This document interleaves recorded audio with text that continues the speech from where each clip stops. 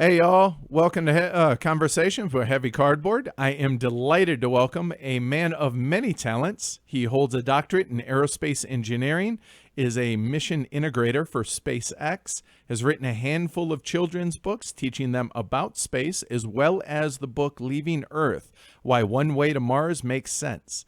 He's designed a handful of board games, including the upcoming massive space game, Stellar Horizon. He's a YouTube star, having cooked some cricket tacos and delicious-looking mealworm muffins for cooking on Mars, and apparently is the Great White North's greatest know-it-all, eh? It is my pleasure to welcome Dr. Andrew Rader to the show, so welcome to Heavy Cardboard, Andrew.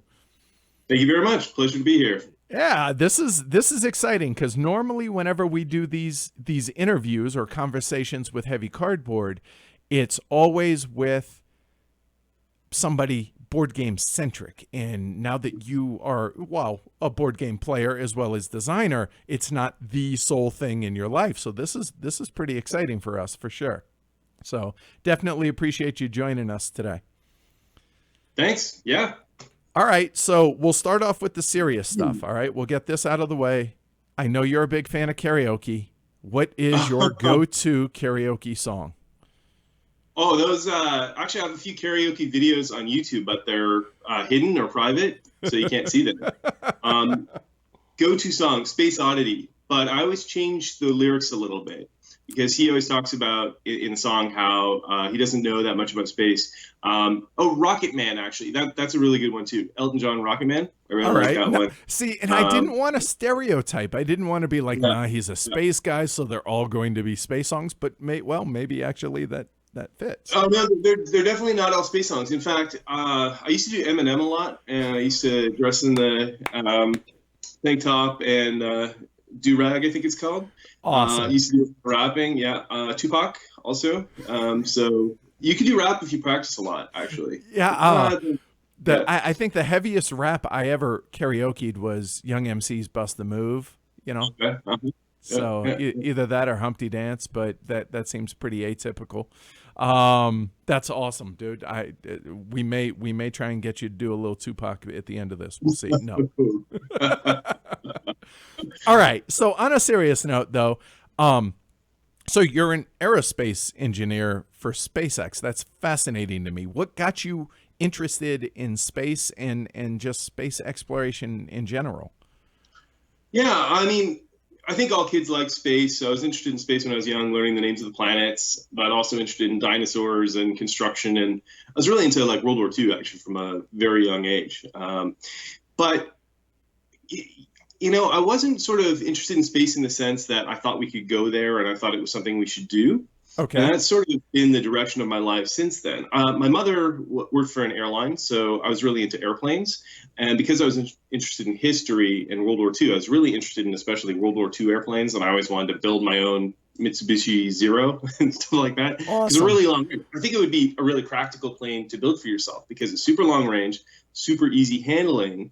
And you could just cruise for a long period of time. You could like almost fly across the United States in a single engine plane. It's a really good plane in certain ways.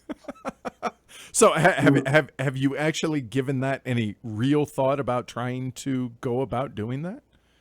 I don't have enough time, but back in high school, this is what I wanted to do. I wanted to make enough money to build an airplane in my garage and then take it down to the local airfield and fly it across the country and fly it around. And it would be like a perfectly realistic World War II Mitsubishi Zero, and I'd probably get a lot of strange looks because that's a Japanese plane. Sure, be like, that's fascinating. So you weren't interested in building one of the kits that that I know that are available out there, build your own plane stuff. You wanted to go authentic World War II. Yeah, I guess I get these big ideas about things I could do by myself, like build a house or something like that. And if I build a house, it'd definitely be a hobbit home in a hill somewhere. Just like start tunneling, and then it would have like really good thermal insulation properties. But the thing is, I never have enough time for these things. So I kind of have focused on things that I actually can do, like books and games and stuff like that, rather than building airplanes. Hobbit holes. Or, right. That's fascinating. So here a lot of us would be thinking, wow, that'd be kind of cool, live in the side of a mountain. You're like, well, the thermal properties. No, I guess that makes total sense, right? So what led you then from being interested in airplanes and in that then to decide, hey, I'm going to go into aerospace engineering? Yeah, I went to school in aerospace engineering, which is both air and space, hence the Right. name aerospace. Really focused more on airplanes, actually. So I went in thinking I would learn how to design airplanes and to build the next Boeing 787 or whatever it was back at the time. But I sort of got interested in space just a little bit. And I really liked Star Trek, for example. But in Star Trek, they go from solar system to solar system at warp speed. They can go from here to Alpha Centauri in like a day or a few Right. hours or something like that. Fantastical space, right? Yeah. And I always thought, unless we can do something like that and travel to other stars, what's the point of space? So I actually used to be one of these really negative people about space where I thought, oh, well, there's nothing near term we can do with our technology that's very interesting compared with like Star Trek or something like that. Sure. But I had a really influential friend and I read a couple of really influential books, especially Robert Zubrin's The Case for Mars. Okay. And it got me thinking about what we really can do today, which is really interesting. There are a lot of places in our solar system. I mean, our solar system is a fascinating place with like 500 different moon-sized worlds. And, there's basically infinite things we can do in our own solar system. And that's one, there's a lot we can do today. Number two, unless we start doing those things today with our current technology, we're never going to get to Star Trek. It's not like we can wait around and, someone will invent warp drive one day, and then we'll just like get on the Starship Enterprise and go to another star. It's got to be a gradual increase to that point. It has to be a gradual increase. But not only that, you have to create the incentives for people to develop the technologies. So it's really important for us to stretch ourselves with our current technology and go as far as we can now, go to another planet, have people settled there. Just do as much as we possibly can. Take the biggest leap we possibly can, and then it helps fill in that gap. If we want to get to Mars faster, for example, we have to have people there in order to develop technologies, develop engines that will get us there faster, develop bigger spacecraft, develop better landing capabilities and stuff like this, right? Like if we want to go and get to other stars, we have to start doing what we can with what we have now. So that makes really total sense. Yeah. What we do now, because it's actually like really amazing what we can do now. And in the past, there hasn't been this kind of genre in sci-fi where it's focused on the medium term. It's all Star Wars, Star Trek, which is great. I love that. But there hasn't been so much sort of focused on what we could do in the next 100 years, maybe 200 years in our own solar system. Recently, actually, I saw The Expanse, which is just fantastic. I am a really big fan of that show. Yes. And that's kind of the sci-fi show I've always been dreaming of, because it's a sci-fi show that's pretty realistic in our own solar system. And it's like, what can we do today? It's all the technologies in it are plausible, right? Mm-hmm. There's no physics breakthroughs needed. Like I'm not discounting the fact that we might someday be able to travel faster than light or something like that, but we just don't think right now that it's theoretically possible. Therefore, we can't count on it. It might happen someday, it might not, don't know, but I'm not going to hold my breath. So The Expanse is a show where all the technologies you see are things that we kind of know would pretty much work. I mean, they do have that like drive, which is a little bit more advanced than our current propulsion systems. That the guy invented. Theoretically, you could at least wrap your head around. Yeah, maybe. Right. You don't have to suspend disbelief that much. Like Star Trek has some elements that are basically magic. Transporter, warp drive. But then actually, it also has some elements that are kind of really easy to do. Like a photon torpedo is relatively unpowerful compared to like a fusion bomb or something like that, right? Like, why doesn't a photon torpedo just obliterate every ship? They must be intentionally lowering the yield of a photon torpedo, clearly, because ships get hit with it even without shields and they don't blow up. That doesn't make any sense. I watched your deconstruction, I guess is a good way to put it, of The Martian, and I think it would be enjoyable to a point to watch a movie like that with you, because you were like, hey, no, this actually, most of it makes plausible sense.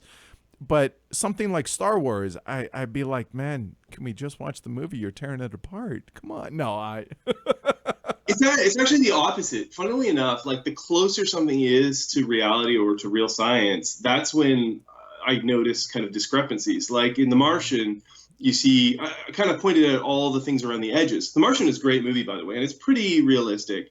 I think I pointed out maybe 10 things that they got wrong. Right. But, I also said on whole, it was pretty good. Like I was being really nitpicky, and I acknowledged that I was being nitpicky. Sure. Same thing with The Expanse. Those are all really good. But something like Star Trek or Star Wars, I'm really quite able to just suspend disbelief and say, okay, warp drive, done. That's the answer, right? And as long as it's just right. that's totally fine. I wouldn't nitpick about it at all. So the closer we get to reality, the more nitpicky you would be. Okay, that makes sense, actually. I get that. All right. So especially with historical anachronism. So like Wonder Woman, I thought, well, I mean, it was an okay movie, but that one, I could not help but point out things that were, they got wrong with it. Like they don't have the thing that bothers me the most is a lack of sense of time and space. So like, I don't know if you saw the movie, but they're in the Ottoman Empire. And there's a plane, and then they get on this ship, and the next morning they wake up in London. The Ottoman Empire is like 1,500 miles away, and they got there overnight. That's just laziness, right? Why did they do that? Or like Star Trek Beyond, they're at the border of the Klingon Empire, and it took them like a week to get there. And then during the battle, they're heading back, and it takes them like 5 minutes to get back to Earth. Right. It doesn't make sense. It's not consistent. Sure. And it's not consistent. And you being a historical war gamer, that kind of lends itself to, this is not right. Yeah, exactly. Like Ludendorff, I mean, I didn't, so he was a historical person. He was important later on in the 20s and 30s with Hitler's rise to power. You don't have to turn him into a villain. I think that Wonder Woman went against its entire purpose, because its kind of motto is that there's good and bad inherent in all humans. And it was about the subtlety of evil that's at the core of all humanity, right? And it's like all of us are contributing to this, and we all created this catastrophe of the First World War, right? And then, so it's about subtlety of human intentions, right? And then they create this massive supervillain who just has supernatural powers and wants to take over the world for no particular reason. It's like you kind of destroyed the whole purpose of the movie by going way over the top. You could have just had a movie about the Germans who are fighting because they've been told to, and because they think they're right, and because from their perspective it actually makes sense to them and stuff like this. Instead, it's this supervillain trying to destroy humanity just for no good reason whatsoever. While I agree with you, I do wonder if they just wanted to go so fantastical that they didn't want to start treading into, don't want to get too touchy on the subject. And I'm not justifying, I'm just wondering, whether or not that was a conscious decision to go that direction. Yeah, absolutely. And the other thing is, it is a superhero movie, so just so there's that, right? All right, so we go from being an aerospace engineer, hey, let's go to Mars, to board games. How did that transition happen? Well, it's not a transition. I was always really into board games since I was really young. I used to take to my grandmother's place. She lived far away in Victoria, BC, in Canada, and my brother and I used to take Axis and Allies when we were, I think, awesome. Like 6 years old or something like that. And we didn't fully understand the rules even, but we would just play that all day. So Axis and Allies was definitely my starting game. And then, I had a lot of fun with that, but then I wanted to mod it. So I got started making my own maps because I thought it was like, oh, well, Russia really should have a lot more territories between the Germans and Moscow. So let's add all these other territories, and there should be other types of units and stuff. So basically, I tried to turn Axis and Allies into World in Flames, which is the game I eventually discovered. And as a kid, just decided not to. Well, I discovered World in Flames actually a lot later. I discovered that. Sure, no. What I'm saying though is that you didn't know that you were trying to turn it into World in Flames, but essentially that's what you were trying to do. Right. Yeah. Totally. Yeah. So World in Flames, though, I mean, that's not a big game. No, I kid. For those listening or watching that aren't familiar with World in Flames, it is a massive 100+ hour strategic World War II game that kind of meshes war game and politics. Yeah. Yep, definitely. Yep. So how did you? I guess it wasn't really a big leap then, going from your own World in Flames to this. Right. Well, yeah, actually, friends have described Stellar Horizon as World in Flames in space. It uses a lot of the same ideas and features. It's totally different in the sense that it's a space development game. It doesn't even have that much conflict in it necessarily, although you can do that. But it's more about space development and exploration. But the game mechanics, the counter layout, the kind of look and feel of it is very World in Flames inspired. It uses 10-sided dice. Uses a lot of the same ideas. So it's definitely comes from a World in Flames place. It is a shorter, smaller game, Stellar Horizon than World in Flames, but still it is a monster game. Right. I was going to say shorter, but you have to understand the scale in which we're talking about here. I mean, this could be an entire weekend, 2-3 day game, right? Yeah, I think a campaign would take a weekend. Okay. A friend of mine and I, we can play it out in a single session, but it's a long session. like a full day going to midnight or something like that. Okay. But World in Flames, I go to these conventions for World in Flames. Used to go a couple times a year. Usually I go about once a year now. And we lock ourselves in a room from 9 a.m. until midnight every day for 10 days in a row. And we sometimes finish. Dude. One game. Okay. We're heavy cardboard. We like our heavy, meaty games. I have a whole wall dedicated to war games, but wow, seriously, that is amazing. It's not actually the biggest. Well, no, it's not Campaign for North Africa. It's not, anything like that, but it's come on, it's still 10 days of wall-to-wall game. That's fantastic. Yeah, and it does take up a lot of room too. A couple big tables. Yeah. That's awesome. So, World War II, core size. Sorry, go ahead. You designed a couple of expansions for not expansions. Not really expansions, right? First. Actually, I did some expansions first for World in Flames, Commandos in Flames, and a production system for World in Flames, and new combat tables and things like that. Because I got to know Harry, the creator of World in Flames, at these conventions. And was this like at MonsterCon or Consim World or what was it? It was a dedicated World in Flames one in Germany, actually. Oh, wow. A friend from England, he used to say, I like to go to Germany to play World War II. So we went to this old hunting lodge. It was really awesome. Schützenhall, so like a hunting lodge in the German mountains, the hills, actually. I don't know if they really have mountains. Wow. The German hills, and drink beer all the time. And I also went to the U.S. version, which is in Michigan every year. Actually, there's one coming up. If people are interested in World in Flames, there's one in Michigan in August 21st, around then. You could probably Google that convention. It's called the WIFCon, World in Flames Convention, WIFCon. So it's just people getting together to play World in Flames in a place. But Germany and the U.S. are really different in the way they handle it. Germany is like the United Nations. So people come from all over Europe to play in this shooting hall. And there's, the Scandinavian contingent, there's the French contingent, the Italians, and so it's like all these different languages being spoken. And it's really fun to play with Germans too, because they're like pointing at the map and talking about Schwerpunkt and stuff like this, and like Krieg, Blitzkrieg here, and they really mean it like that. Literally, that's just the word for it. Right. That's got to be a little surreal, though, is it not? Yeah, I guess. I mean, here we are modeling World War II while in Germany with playing again. That's just a little surreal, I would imagine. Well, the other thing is, go ahead. In Germany, symbolism of World War II is banned, actually. Correct. Like swastikas, like that. So like a lot of games you will use like swastikas in their game pieces, but most games avoid it just because it's awful, but also because it's banned in certain countries. Yep.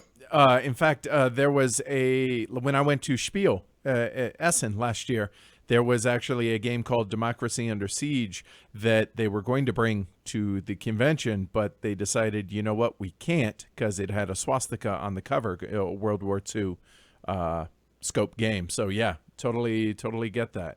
So we go from World War II and Commandos in Flames, expansion for World in Flames, to Fatal Alliances. Yeah, Fatal Alliances is a game I designed 2 years ago, I guess, although it took a few years. And it's a World War One variant. It's a completely standalone game but it's based on the World in Flames system. So it's a World War One version.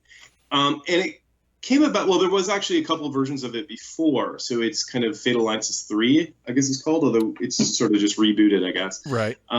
But if you look at the assault table, if you take away all the armor from World in Flames, all the tanks and all the really, like the Stukas and the really good planes and stuff like that, and you take away the blitz capabilities to break through and stuff, it kind of turns into World War One already in World in Flames. So it kind of is a natural step to go to a World War One version of World in Flames just by not having tanks and stuff. Obviously, there's a lot of political differences. The map has to be redrawn of Europe, and in some senses, you might think that's a little more boring. Like it's obviously more static. Well, yeah, just by the nature of the wars. Yeah, absolutely. But studying World War One, I think it's as interesting as World War Two, but in different ways. The politics of World War One is really fascinating. Oh, I think it's far more fascinating in World War One than World War Two. I agree. Yeah, absolutely. So it has a lot more political stuff. And if you look at the Eastern Front and the Middle East fronts and Africa, these are places that were really dynamic in the First World War. So it wasn't just kind of the stalemate of the Western Front. And the fact that it's a new time and there's new technologies emerging, it makes aircraft surprisingly important because you have this ability to dominate the whole front with your new, Fokker Eindeckers or your the Red Baron and stuff like this for an amount of time. And it's a war where Germany has the ability to really challenge the Royal Navy. Germany had the second biggest navy in the world in the First World War. Right. So it's a much more balanced one. Like in World War II, I think the Axis never really had a chance. And in the First World War, they really did. And another fascinating thing is, like in World War One, the Germans almost won at two separate points that were disconnected by 4 years, which is just crazy. That they almost won in 1914 when they were stopped at the Marne when they were going to take over France. Right? Had they gone and taken over Paris, right? Yep. And then it was kind of stalemate for 4 years. And then they really did win in the East. Like people talk about invading Russia and how it's hard. But this is a situation where invading Russia actually worked. In World War One, the Germans defeated Russia, hands down. And then they had an opportunity to deal the West a blow in 1918 in the Michael Offensive. So Germany almost won at the start and end of the war, and then it collapsed suddenly. That's just fascinating. That's, I guess I hadn't really looked at it in that regard. The fact that they let it slip through their fingers twice. Yeah. And it wasn't kind of like World War II. It's a totally different dynamic from most wars where you have, like the American Civil War, there's a high water mark and then a decline to defeat, right? But the decline to defeat takes from 1863 down to 1865. Right, yeah. In World War II, where basically the turning point is around 1942, and then that's kind of like 3 years of decline. But World War I, it wasn't like that at all. It's kind of like a bimodal. There's like two times where they could have won, which is really bizarre. The other thing is America always talks about World War II, but I actually think their contribution, at least in Europe, was greater in World War I, because there's no question in World War II that Japan would have been defeated by America, and that America, made the decisive contribution in World War II. But, in World War II, probably the Russians would have beaten Germany eventually, right? It wasn't America decisive. And you can see that just by when America actually got involved in the war in Europe, the Russians had already won. Before any Americans were ever in contact with German forces, Russia had already won the war on every front. And even when they were in contact, 80% or something of German forces were facing the Russians, not the West, right? So, and Lend-Lease, yes, was important, but certainly not decisive. I think it was like 10% of Russia's material production, something like that. So, and the war in the air. I mean, I'm not saying America didn't contribute, and certainly America in World War II did lead to the liberation of Western Europe. Otherwise, it might have been communist or something like that. And there's also the possibility that Russia and Germany might have made some kind of mutual peace. But I would say that you could argue that Germany's defeat in World War II was not as a result of the U.S., the United States. But in World War I, you could make a strong case that Germany's defeat was, in a large part, due to the United States, the entry of the United States, both in the material support for the Western Allies, which was actually larger in World War I than World War II, and also everyone was exhausted. Like the Germans in their 1918 offensive, they were kind of running out of steam, and the Western Allies were also exhausted. And the influx of American troops at the decisive moment, it's like that battle scene in every action movie where people come, the cavalry here comes the reinforcements, right? Yeah. That's exactly what happened in the First World War, and the U.S. contribution was really decisive in that sense. So with that said, then, does World War I interest you more than World War II then? With the reason I ask is, you did design World in Flames for World War I, essentially, right? Yeah, I would say it does, but in different ways. Like, I would say the actual kind of tactics and battles and stuff in World War II might be more interesting because it's more dynamic, and the Pacific War is interesting in terms of the fleet battles and Midway and aircraft carriers and stuff like that. So in a tactical sense, maybe World War II is a bit more interesting, but in a geopolitical sense, World War I, much more interesting and much more important. If you look at kind of the outcome of the world today in the Middle East, the maps on the lines on the map, the distribution of countries in Yugoslavia, Eastern Europe, it collapsed, 4 major empires of the world, totally changed the politics of the entire world, the First World War.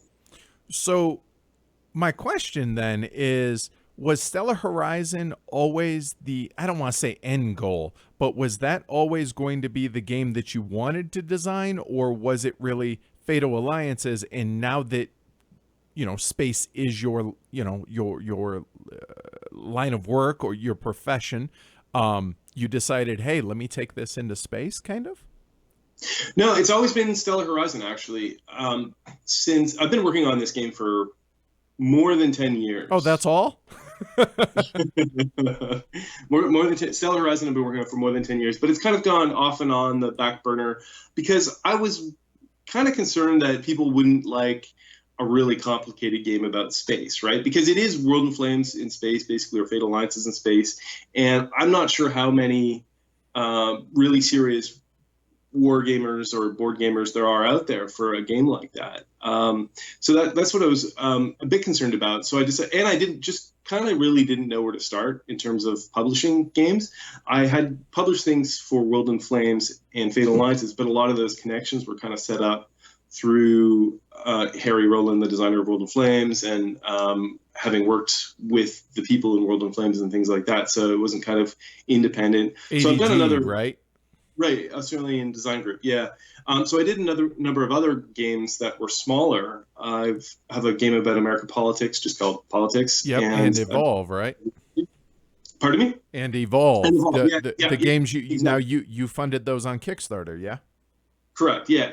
So Evolve and Politics. Yeah. But those are kind of party games because if you play it in an hour with 2 to kind of 7-ish people, because I think Euro style games are really popular. Board gaming is super popular, but I kind of had the sense that people weren't as into really complicated games.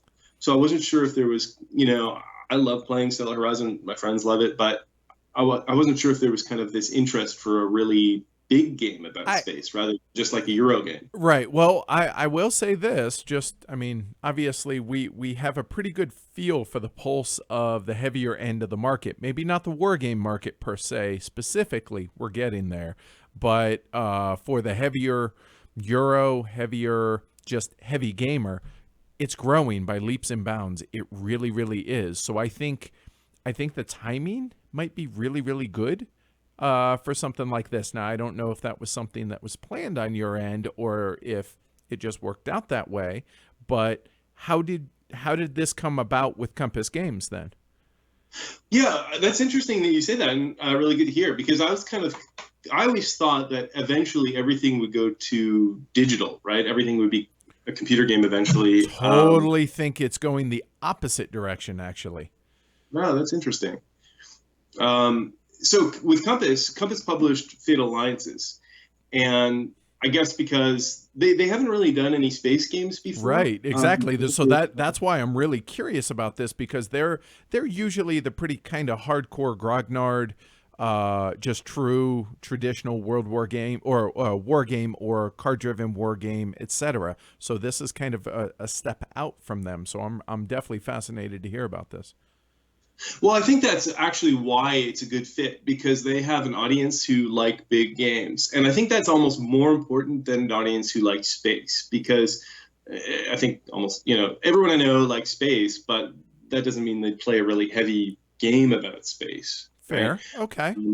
So it's kind of almost more a match for people who like heavy games rather than it is for people who like space. But obviously, you kind of have to have both. Yeah, that makes sense. So did you just pitch this to them and they, said, hey, since you guys did Fatal Alliances, how about taking a look at space? Yeah, pretty much. What I said was, I've had this game in development for about 10 years. It's kind of similar in mechanics to World in Flames. It would kind of be recognizable to people like that. And they, recognize that World in Flames is a really great game. They wanted to do Fatal Alliances, which is a variant of it. So I think they were really interested in doing that. And something different for them. And I think that was kind of exciting, actually, for them to try to branch out into a different market, different region. Yeah. Okay. All right. So I mean, legitimately, there's a reason that I asked you to come on today, and you and I have been talking about this since February. Before it got pushed to 2018, this was one of my two most anticipated games of the year, so that therefore now it's my most anticipated game of 2018. So I'm super excited about just the concept of what Stellar Horizon represents, being a build your own space program. Yeah, kind of a 4X in space. That's exactly right. Yeah, it's definitely a 4X in space. The mechanics are a bit similar to World in Flames, although I mean the map is really different. So hold on, let me stop you right there real quick. So for those that aren't really familiar with World in Flames, unpack that a little for folks. When you say it's a lot like it, yeah, break it down a little bit for folks. Right. So it's counter-based, I guess. It's on a big map that takes up the majority of a table, and it's counter-based. So you have little units that you move around, and it's very phased. I guess World in Flames works because it has a turn breakdown that has very distinct steps. Procedural? Procedural, yeah. Like you do all these things. You go step through a list of 20 things you do during a turn. So because of that, you don't have to ask questions, can this do this? Because if it's in the right order, it can, like, can I transport by air my mountain core to this hex, and then can it move after, or does it have to move before? Well, because air transport happens after land movement, you can have your mountain core walk over to your air transport and then transport it by air, but then it can't move after, right? So it's just very... it's well designed because it is very procedural based in terms of steps. So that's how you handle something that's really complicated. You kind of have like this breakdown of how things work. And so Stellar Horizon also has that. You do your movement first and then your exploration. I mean, I guess every game has, steps, but sure. It's kind of just really to give a frame to it. Okay. And the map is similar in a sense that it's like a big mat that you lay down on a table. And the counters are similar in a sense that, they have values associated with them, and they're just kind of the same size of counters, which are pretty small, actually. They're 1/2 inch by 1/2 inch counters. Oh, they are 1/2 inch counters. Okay. All right. And there's a lot of them in Stellar Horizon. I think there's 1,600 of them. It really is. Okay, so I didn't realize there was going to be quite that many. The reason I say that is if you go to the Compass Games game page, the pre-order page for Stellar Horizon, or you go onto BGG, Board Game Geek, and you look at it, I didn't quite realize there were going to be quite that many. Well, I mean, most of them are not ships, okay? Each faction is like your country, basically. Each faction can only run up to, I think, 20 ships and bases at a time. That's actually the maximum you could ever have. So it's not like you're going to have 1600 counter like units in play, right? Sure, sure. Most of them are resource counters or technology markers, like you collect technology as you go, and it's hidden chips. Actually, this is another way it's similar to U.S. entry, or sorry, World in Flames. Is in World in Flames you have a U.S. entry system where if you do bad things, the U.S. gets mad and you collect random tokens, and if you build up a certain amount, the U.S. can declare war on the Axis, right? And so this is kind of similar. The technology is based on these random counters, so they're just got a question mark on one side, and you draw them from a cup.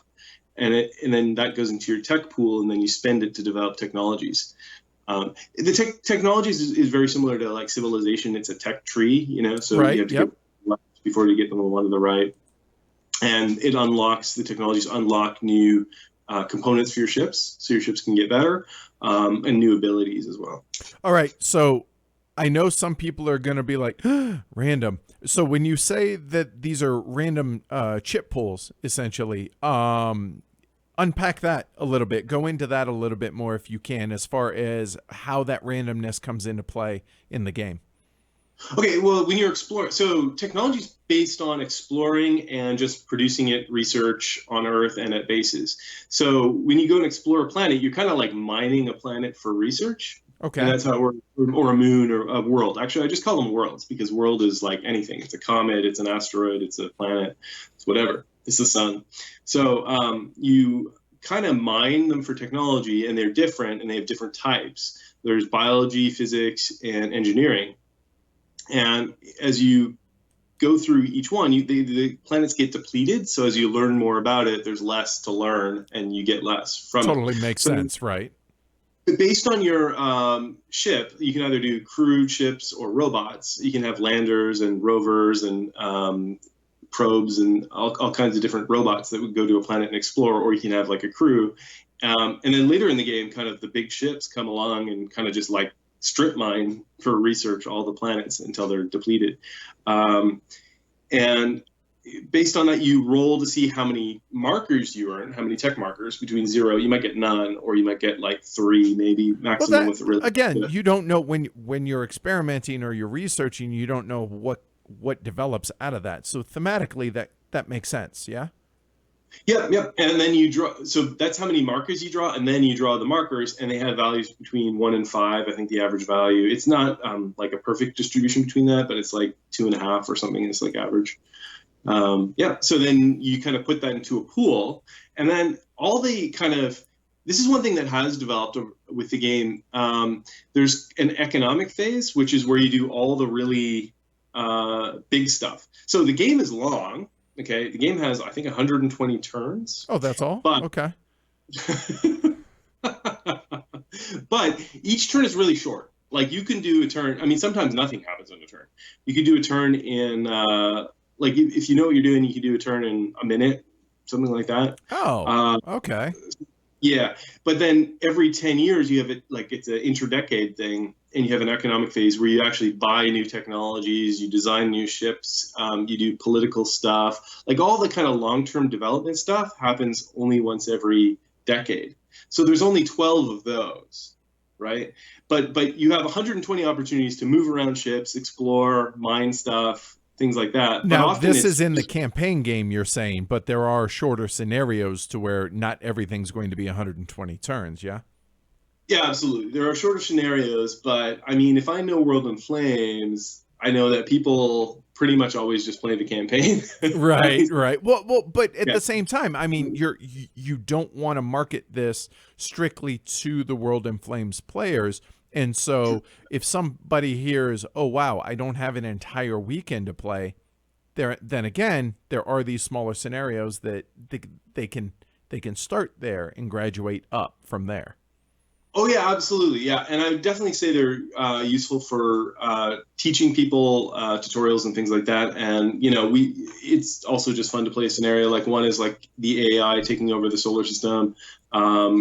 And then you have to kind of, they start with like the space head of Pluto, and you have to fight them. And one of the simplest ones is just aliens attack Earth, build a fleet to stop them kind of thing. So, oh, nice. Yeah. Okay. The only aliens in the whole game, actually. Well, there are some events, and sometimes there's like maybe possibility of signals and stuff like that. That gives you extra research, but basically, the whole game is based around plausible technologies. If I had to describe it as closest to anything in terms of sci-fi or whatever, it'd actually be The Expanse, which I didn't know about until just a few months ago, because it's really development of our solar system. It's engines that we know are possible. It's technologies that we know are possible. It's no transporters, no warp drive. It's real space, right? Real space. The most advanced technologies are like hibernation, like cryopreservation of humans, like so for long duration transport, which is possible. Maybe we don't know how to do. It's all stuff that we don't necessarily know how to do today, but we know it could be done. Like there's antimatter engines, but they're not like Star Trek antimatter engines where antimatter just powers a reaction through a dilithium chamber and creates a warp field, right? It's antimatter Obviously, like you burn matter and antimatter in a cataclysmic collision, and it just creates very efficient energy source, right? So, or fusion engines, stuff like that. So there are technologies that we don't know how to work today, but we know they exist. So that I see. I dig this type of sci-fi, and it's the same reason, like you said about The Expanse, that it's not the just fantastical Star Wars, Star Trek. Not that I don't like those, just that it's the same reason that I like historical war games, that I don't want fantasy battles set with in a fictitious world. I much prefer modeled on real life, which sounds like this is, even if it is in near future real world stuff. Does that make sense? Yeah, absolutely. It starts basically today, actually 2030, so recognizable technologies today, and then kind of goes into the future, and it's that transition. Yeah, definitely. I mean, I don't mind fantasy at all. I just like it kind of to be separate from reality, I guess is. There you go. That's actually a really, really good way to put it, that a game like Forbidden Stars, or a game like, I'm trying to think, Gloomhaven, whatever, something like that, to where if it's going to be fantastical or, fantasy setting, make it way out there to where it's not, oh, hey, that doesn't make sense because you couldn't really do that type thing. Right. Exactly. Yeah. All right. So on that note then, since this, I guess because it's built in, I want to tread quite carefully and correct me if I misspeak here, that it's kind of built on the bones of a World in Flames type system. Did you consult with the World in Flames guys, with them as far as, or did you have enough experience with the game that, hey, I'm going to take it from this and then take it to this next level? Oh yeah, definitely. I didn't consult with them except for some players. I've gotten some of the same players to play it. But I guess, I mean, I chose 10-sided dice from World in Flames just because it gives a lot of variability, but it doesn't get crazy. Like 20 is probably too many different options. And it's also like mathematically simple to think about because it's all in 10% increments. Right, sure. Way easier than a 6-sided dice, right? And it also gives more possibilities. So it took that. It took the same rules layout where it kind of talks about concepts. Like I did start with basically World in Flames rules, although not a single word is the same. Sure. No. And that's what I mean. I'm not saying that you're just, basically taking World in Flames and throwing it up into space. I'm not saying that, but built upon the inspiration from World in Flames might be a better way to put it. Yes, although when the game first started out, it was actually much less of a game and more like playing a spreadsheet. I actually started it by kind of making a bunch of spreadsheets. And originally I didn't have component pieces that you would put on your ships, but I had you would just almost like a character sheet in Dungeons and Dragons, and you would write down my ship has like 3 life support systems and 2 crew habitation modules and like 2 laser cannons and a rocket engine and a fuel tank, right? Okay. And it takes a certain amount of space and it costs a certain amount. I kind of liked it actually to have like this character sheet for your ships, but it wasn't as much of a game. So instead, I went to this layout where you have your ships and they have slots, and you buy components that you have the technology to produce, and you put them into the slots. So it's just like there's a bunch of games out there. I think Mech Warrior maybe. I haven't actually played that one, but where you kind of fill slots, and that's how you make a ship. Yeah, right? you're building your ship. I mean, there's basically a blank slate, and you take this piece and you put it there, or maybe this piece there instead, and you construct the ship that you want to construct. Yes, absolutely. And I guess that's probably inspired by Master of Orion or something like that. I used to like that game a lot. So that's to say, like, none of it has a feel of World in Flames, but none of it is taken from World in Flames in any sense. Like, it's a totally different game. The map is totally different so it's based on a spreadsheet of energies. So if you look at traveling throughout the solar system, we're down here on Earth, and we're in the center of a giant gravity well. Well, not the center, but we're on the surface of a planet with a giant gravity well on Earth, right? Mm-hmm. And it's very expensive in terms of energy to take off into space. And that's why rocket launches are really hard. In fact, it's remarkable how close to the edge of possible we are on Earth, right? Rocket launches are extremely hard. 95% of your rocket is fuel. Right. We can launch like 5% or less of a rocket's mass into space. If we lived on the moon, we could launch like 70%. Earth is a remarkable place that it's like right on the edge of being able to get space. And if we started out in space already, like this is actually one of the reasons why space settlement, the solar system development is really challenging, but it's not quite as challenging as it seems in a sense, because once you get off Earth, it's really easy to travel around. Like if you had a bunch of asteroid bases, you could jump between them with your legs. You need a spacesuit. But the energy cost of traveling between different asteroids, or traveling between asteroids and the moon, or traveling between asteroids and Mars is a lot less than the energy cost of going anywhere near Earth at all. Right. So one of the goals in Stellar Horizon is kind of to build eventually space stations and bases off Earth that have spaceports and can support ships. So you don't actually have to return to this damn planet, because this damn planet has way too much gravity. Right. So Earth is kind of a detriment to us in getting off. Right. Because it's a pretty big rock, not as big as Jupiter, but it is. So the map is all laid out based on energies. So it costs, and it actually started with actual delta Vs. Delta V is a change in velocity. So it's an aerospace engineering term where it's the amount of velocity you need to change from one orbit to another. So let's say the International Space Station is in orbit of Earth, right? Mm-hmm. And the only reason why it stays up in space is because it's traveling fast enough such that by the time it would hit the ground, it's always falling towards the ground. By the time it would hit the ground is no longer there.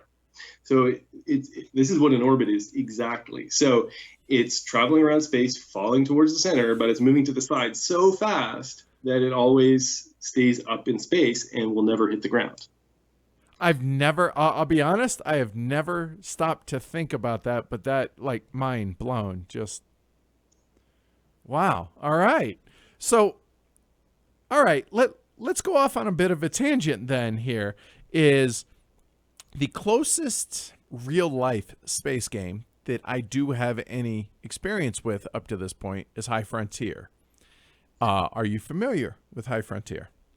I have never played it, I'm ashamed to say. I have heard of it, but I actually only had heard of it in the last month or two when people said, hey, someone posted on Board Game Geek, like, hey, fans of High Frontier, check out this game. Seriously? So, wow, that is mind-blowing right there. Okay.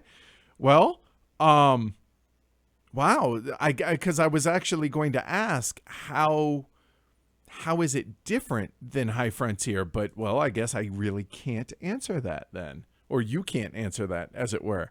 I get the sense that maybe you can describe what High Frontier is like. I mean, I get the sense that it's card driven largely. It is. It's all. I mean, for the most part, they're apples and bananas. Really, is what these are. What these two games sound like. Because, in a nutshell, let's see if I can do this. High Frontier is essentially about exploring space and colonizing and landing on outer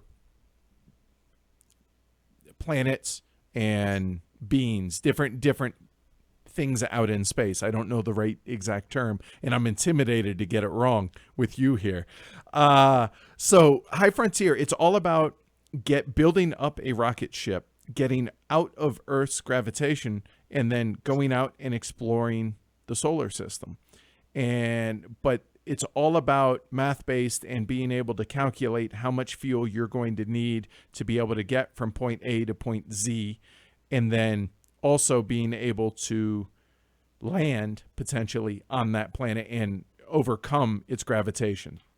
And so that they sound like completely different games for the simple fact that Stellar Horizon is much more of a 4X as opposed to strictly exploration and just real science of getting your ship built up and exploring space. Yeah, definitely. It sounds like you're exactly right there.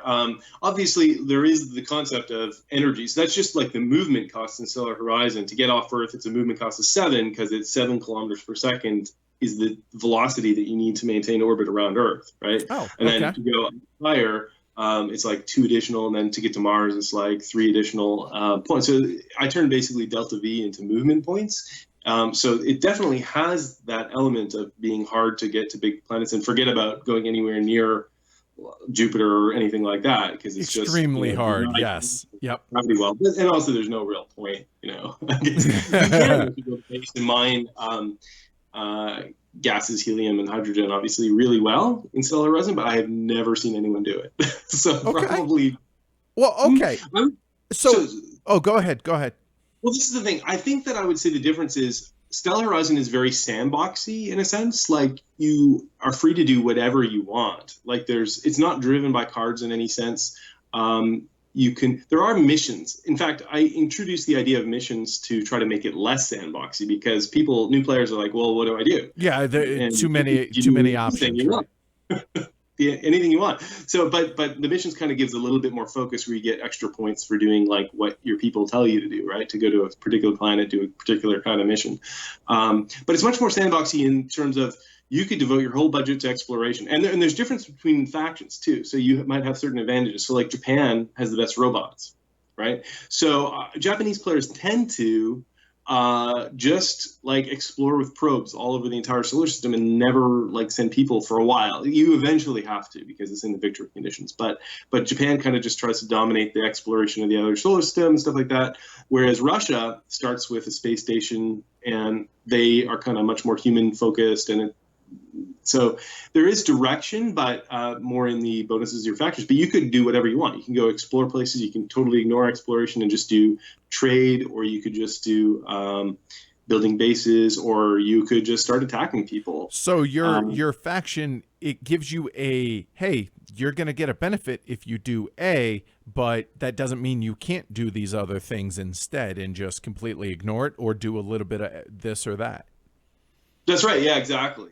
And so we sort of designed the factions there's 7 factions in the game, and they're all based around countries that have an ability to get to space, or that I think, kind of are important blocks in the world.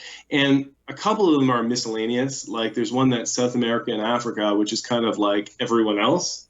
But it's based around Brazil, which does have the ability to launch rockets and stuff. But then it includes, because it is in the future also, so it includes like a big block from Africa and South America. So in that sense, I don't know whether it's realistic that these countries would get together, but that's sort of their faction, and they have an ability of, it's easier for them to get off Earth because they're closer to the equator, so they have equatorial launch sites. But everyone has unique flavors in terms of their ship counter mix. Like Japan has better robots and more robots, whereas Russia has better crew vehicles and more crew vehicles.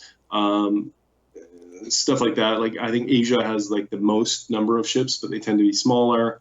And everyone has unique abilities basically. And I would say that North America, as a Canadian, I kind of combined American and Canada. Right. Is kind of the vanilla faction in a sense, that all are kind of based on it. It's pretty balanced right in the middle, and everyone else is kind of based off that. Like, Europe is really good at research, for example. And China is the most militaristic one. Okay.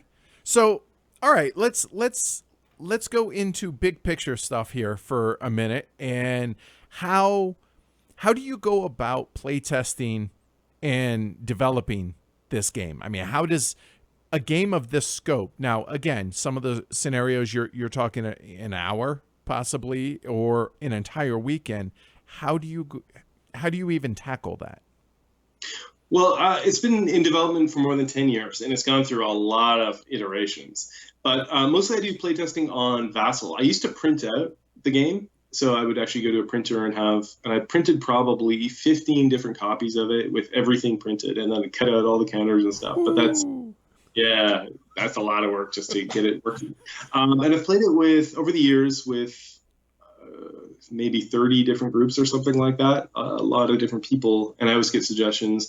But at this point, it's almost hard for me to play in some sense, because I'm constantly struck by what in World in Flames we call a ghost of with past, which is you can never remember what the latest rules are because you're always tweaking things to make it slightly better.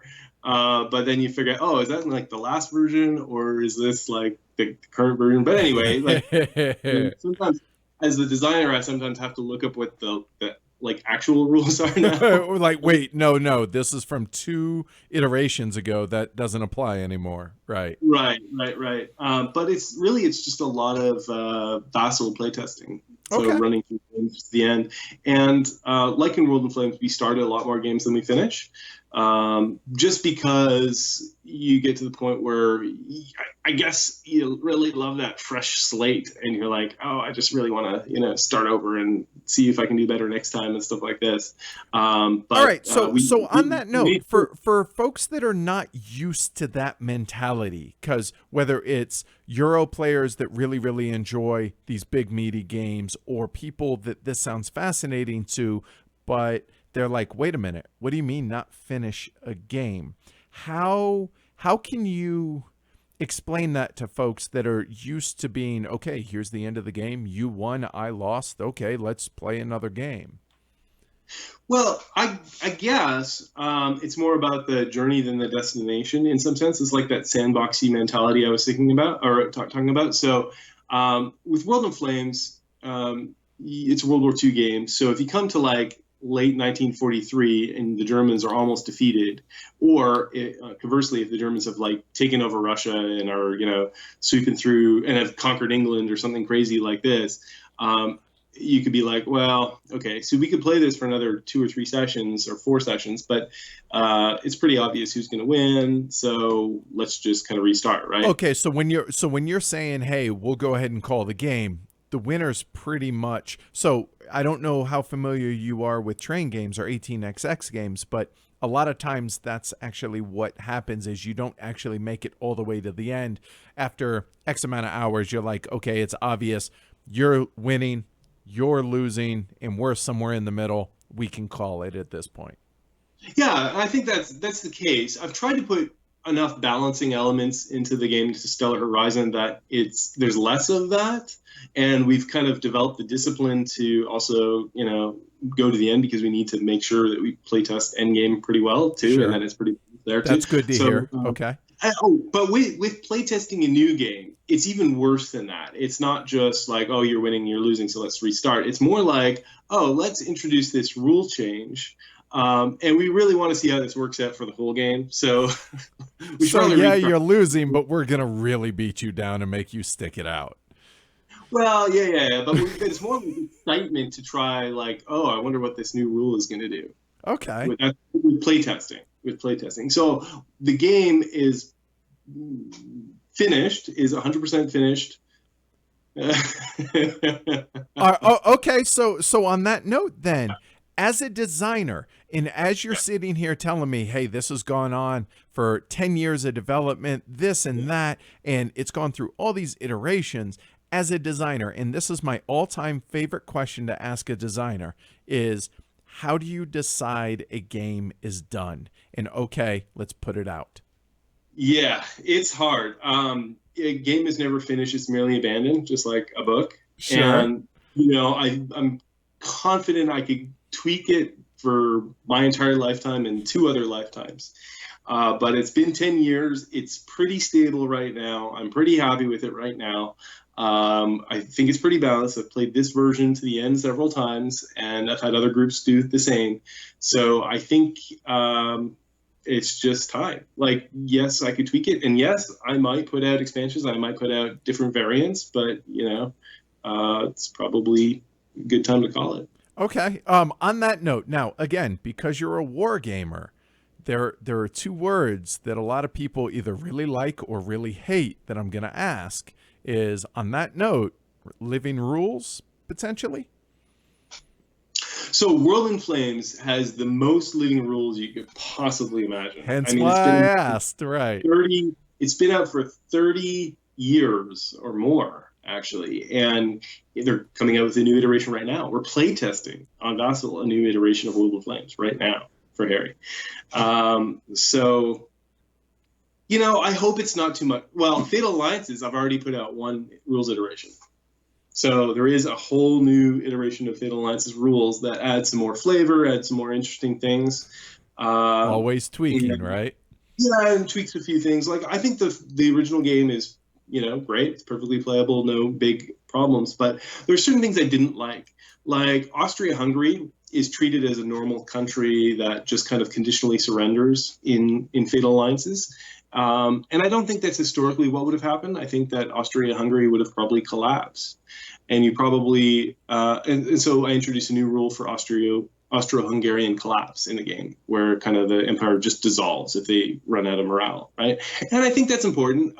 It's playable with Austria-Hungary surrendering but staying intact, but I don't think it's probably what historically would have happened. But I didn't want to make an exception for them in the original game, because World in Flames and Fatal Alliances is all about not having exceptions, trying to make standard rules that apply to all countries. But the reality is that countries are different, So, and Austria-Hungary is different enough that it decided it probably needs an exception. And people were asking for that. So I listened to people on Board Game Geek, basically, if they put in suggestions.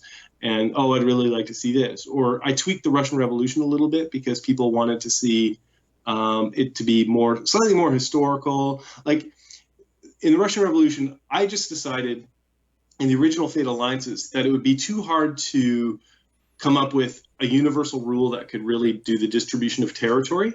So I just said, this is the border between Germany and Russia when Russia surrenders or goes into revolution.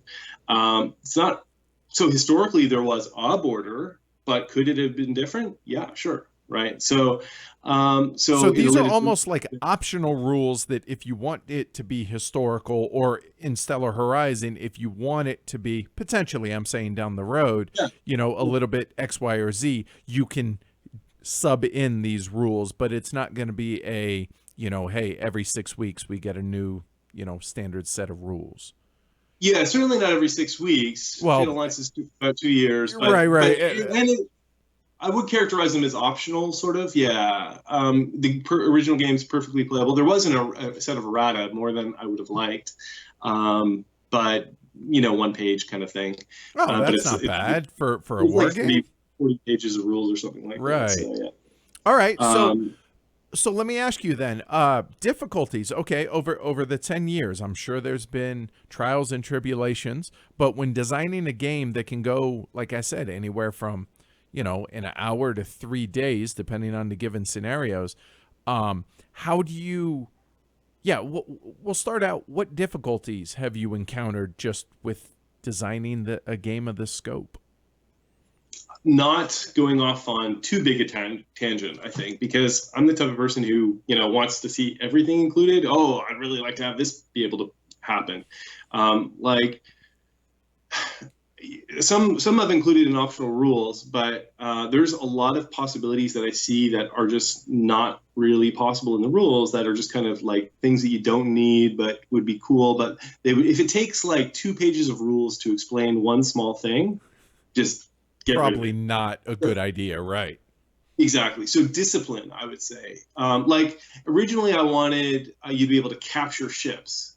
in combat. You see it like board the enemy ship and you'd capture them and you'd be able to use their ship, and but that takes so many rules to explain exactly how that works. Like, does the original owner get their ship back, and how is that not unbalancing, and all these things that I just like, okay, you can't capture ships. Okay. Because it's just it's not worth the rules to explain, especially considering that combat is a pretty minor part of the game. It's maybe like 1/5 of the game or something like that. I want it to be possible, but I don't want to spend 5 pages of rules, and I think it's around 20 pages of rules, just talking about how you capture ships, because that's probably what you would need, because there's so many different questions that could possibly arise. That sounds unpleasant. Yes. All right.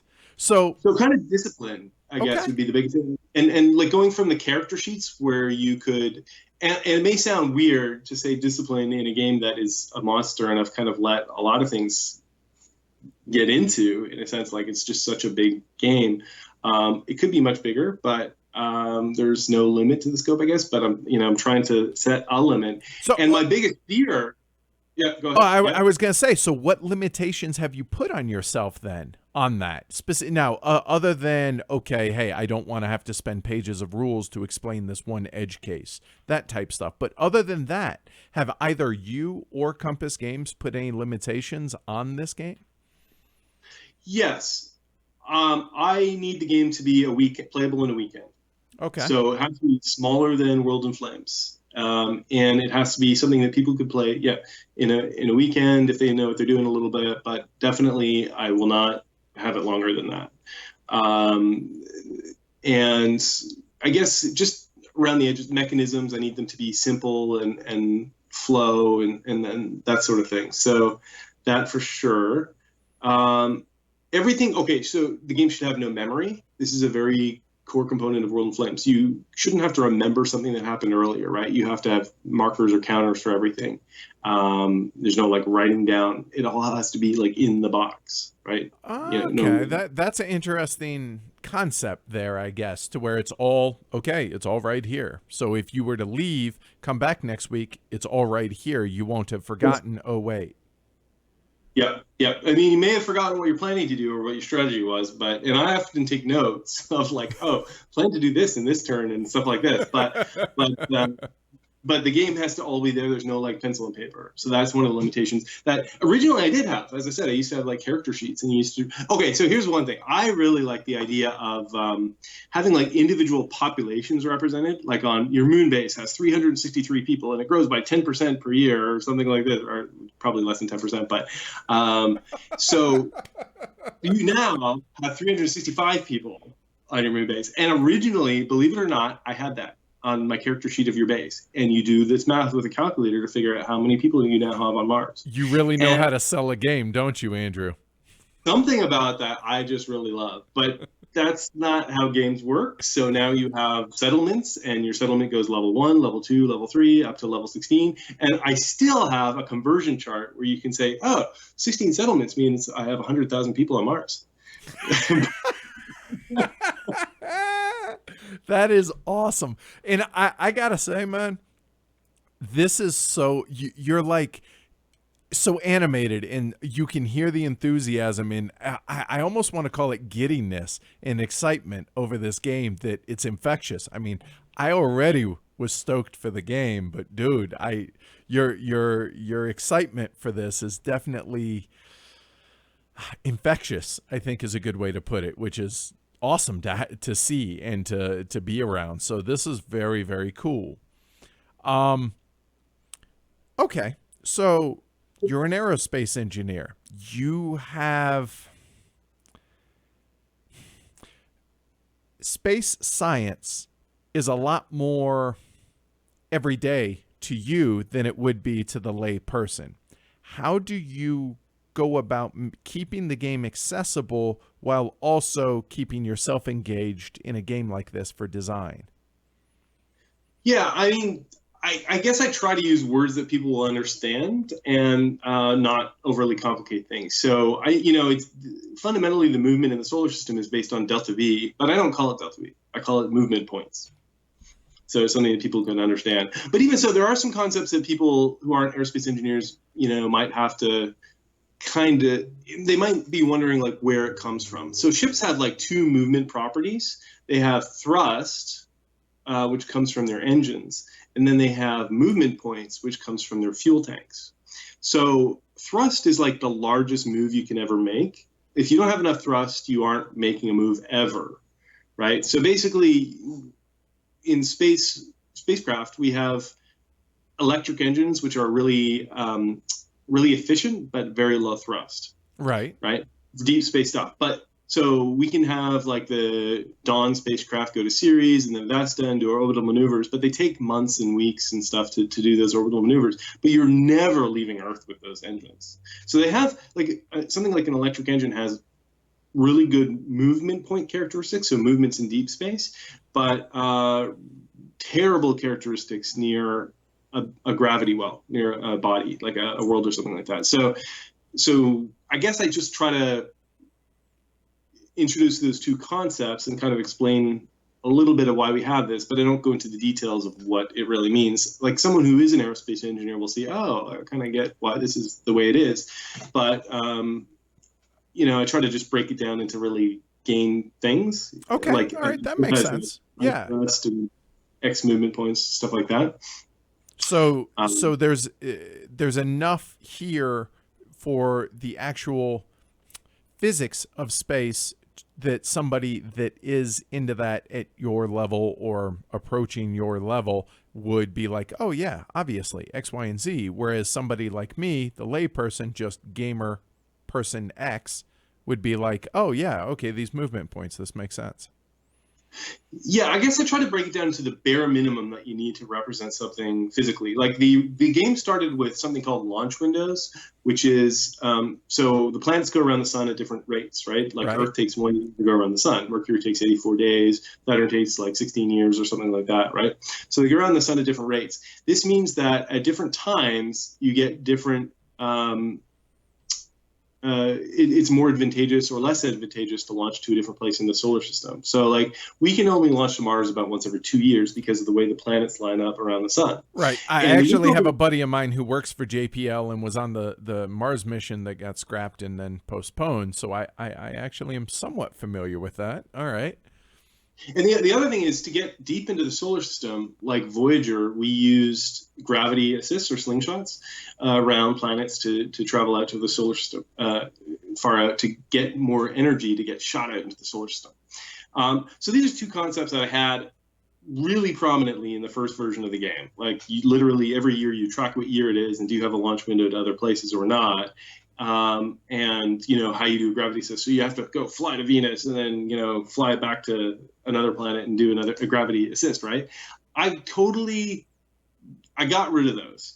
I did keep just enough that they're sort of there. You can do a gravity assist, but all it is you can take longer to get to a place by spending less fuel. And it's called a gravity assist, but it's an optional way of moving. But you don't actually move your ship back and forth and back and forth. You just say, I'm going to do a gravity assist to Saturn.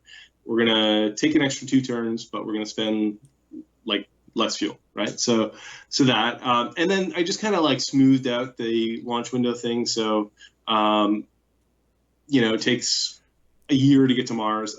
Each turn is a year. So that's about the lowest I can break it down, but I don't have it like some turns it takes 3 years and sometimes it takes less than that. All right. So to make sure that I'm understanding you, you made it more of a game and less of a simulation?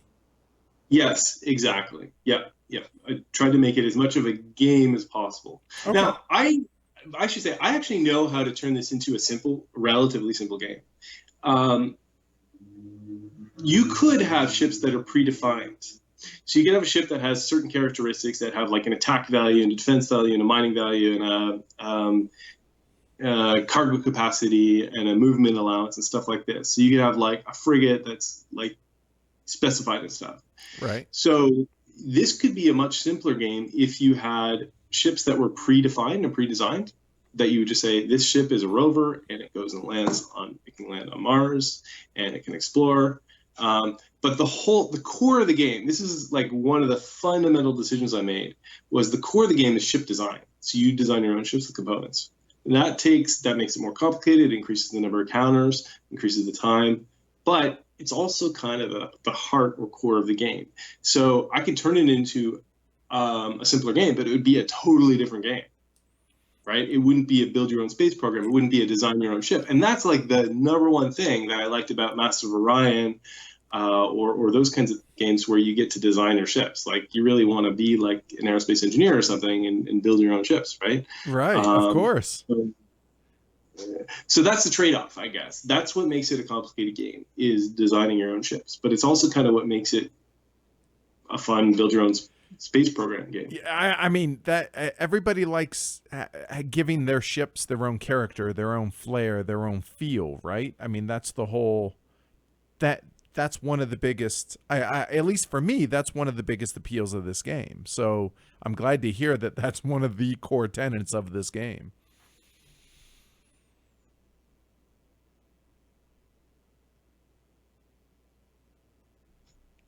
Andrew, you there? Yep. Oh, yep. There we go. Okay. Cut out a little bit. All right. So anything else as far as just Stellar Horizon in general? Anything else that you want to tell folks? I know do you know a time frame on 2018? I mean, I know sometime next year, but. Well, so Compass, they said late 2017 is still a possibility, or early 2018. I don't really know. I think they're moving targets a little bit, but that's pretty much completely dependent on Compass at this point. Okay. I've released a final version, but I don't have any updates. But I might, right before they go to printing, tweak one or two things, but not about the rules, just like editing or something like that. Sure. It's like I left a typo or something like that. But no, so should be. I'd say realistically, early 2018 is, I guess, if that's what they're thinking, because these things are rarely early. Yeah. So. All right. So for folks that are interested, I know you can pre-order without paying. You just put in your order, and then when it's getting ready to ship, kind of like GMT's P500 system, you can go to Compass Games. I think it's compassgames.com, and Stellar Horizon is on their pre-order page. So price point for the pre-order, I think last I saw, it's not cheap, but if you're an 18XX fan, it's reasonable. You said something like 1,600 counters and such. You're looking at $105. The pre-order price, I believe, is what I saw. Yeah, it's a big game. You have a big map. You have each faction. Each player has a faction sheet that they design their ships on. They build their bases on, store the resources. So you kind of have a lot of individual flavor of what faction you play, and you have components from ships that you kind of build on your sheet. And then you have like the ship that goes on the map and moves around. And then that's the main parts of the game. Oh, and then a tech chart, actually. So yes, and that tech chart is intimidating, and in the best way. I mean, that's what got me so excited about the game. When I first heard about it, I saw the tech tree, and I'm like, really? I'm sold. This looks unbelievable. Like there's just, it feels like there's 2,000 options. There's not. I'm exaggerating, but it just, when you look at it, you're either going to be completely intimidated or completely enthralled by it, I think is a fair takeaway from that. Yep, I think that's probably right. Yeah. All right. So, go ahead. If you're familiar with Civilization or something, though, I mean, just think about it like that. I guess like Civilization has actually got a much bigger tech chart, I think, but of course it's kind of hidden in the computer, and you just have like one choice at a time or something like that. But really, like it just flows left to right. You have to have all the ones to the left before you get one to the right. The cost of each tech is marked. You just pay in tech markers. And the other thing is it kind of increments slowly. So I think that you're not kind of faced with all the choices at once. You have like one or two choices at a time, because you can only get the ones that you are connected to your techs already. Oh, another thing is like the counters. So there is like a reference sheet for those counters. There's like a zoomed in version that says what the counter does. For new players, it might be, one thing is like you might have trouble figuring out exactly what every counter does. So there's like a list of 48 different components, I think, you can put on ships. And it does require some cross-reference for the start, but once you get it, you don't even have to like, look at it at all, I think. So Okay. All right. So as you get more experience with the game, it becomes second nature. That makes sense, right? Right. But the other thing is there are really good tutorials in the rules. So there's complete walkthroughs of doing exploration, of doing combat, of doing this is something that Compass actually really demanded. I guess I don't know if I necessarily would have done this on my own, but it's like a really baby steps walkthrough of the first decade of the game, and then different various concepts like building a base, having combat, developing technologies. Even every mechanism in the game, there's like a tutorial baby step walkthrough. Awesome. So if it's like complicated, I might do videos too, actually. So yeah. You know, I happen to know somebody that does videos for those. Just saying. Yeah, that's great. So awesome, man. This sounds really, really exciting. Legitimately, you've done nothing to temper my excitement, which sucks since I got to wait another 6 months, 8 months or so until I get my hands on a copy of the game. But it's a good problem to have, right? I mean, it's good to anticipate stuff. So, so since this has taken you 10 years plus in design and development, I imagine this is your baby. I mean, this is the game, right? Do you have anything else in a pipeline other than that? Well, I have several books in the pipeline. I have 2 more kids' books. One's a graphic novel, sci-fi on Mars and in the solar system. One's another kids' book, rocket science, basically how space rockets and spaceships work. It's sort of based on the same series that it had, Epic Space Adventure, with you have to go to rescue a Mars rover. It's a team of animals. It's a kid's book. No, I actually saw the Kickstarters for them. I watched the videos. That's pretty cool. Yeah. So I definitely have books, and I have a nonfiction adult book about the history of exploration from the beginning of humanity into the future. So that will come out in the next couple of years as well. Do you have a name so people can keep an eye on it for it? I have a working title. What is it? I think it's just called Explorers. Okay. Thinking about different ones, but Explorers is definitely a possibility. Yeah. Okay. Or Wanderers. I think that's what it is. Like you said, it's a working title, right?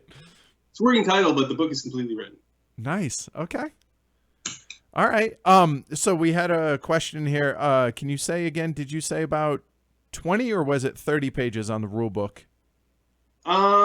I think it's 20 pages of rules, but then there's the tutorials, which are about 10. Okay. Cool. All right. Yeah. All right. So and now areas and stuff like that. Yeah. Okay. All right.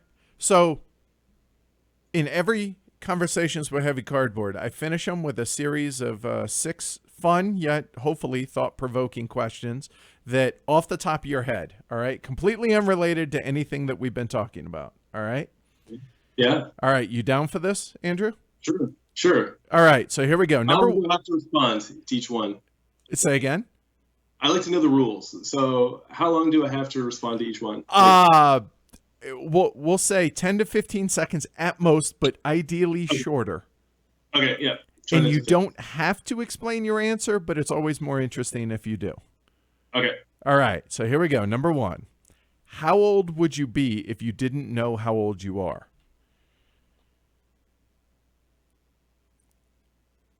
Really young.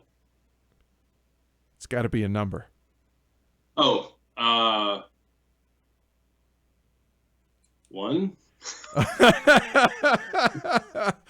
All right. Fair enough. All right. So second question. You know, right? Like 1-year-old. Well, I guess some 1-year-olds know, but yeah. 0.5. All right. Question number 2. If you could master one skill that you do not have right now, what would it be? Could be. Does it have to be a plausible skill? Like, can I say flying or walking through walls? No.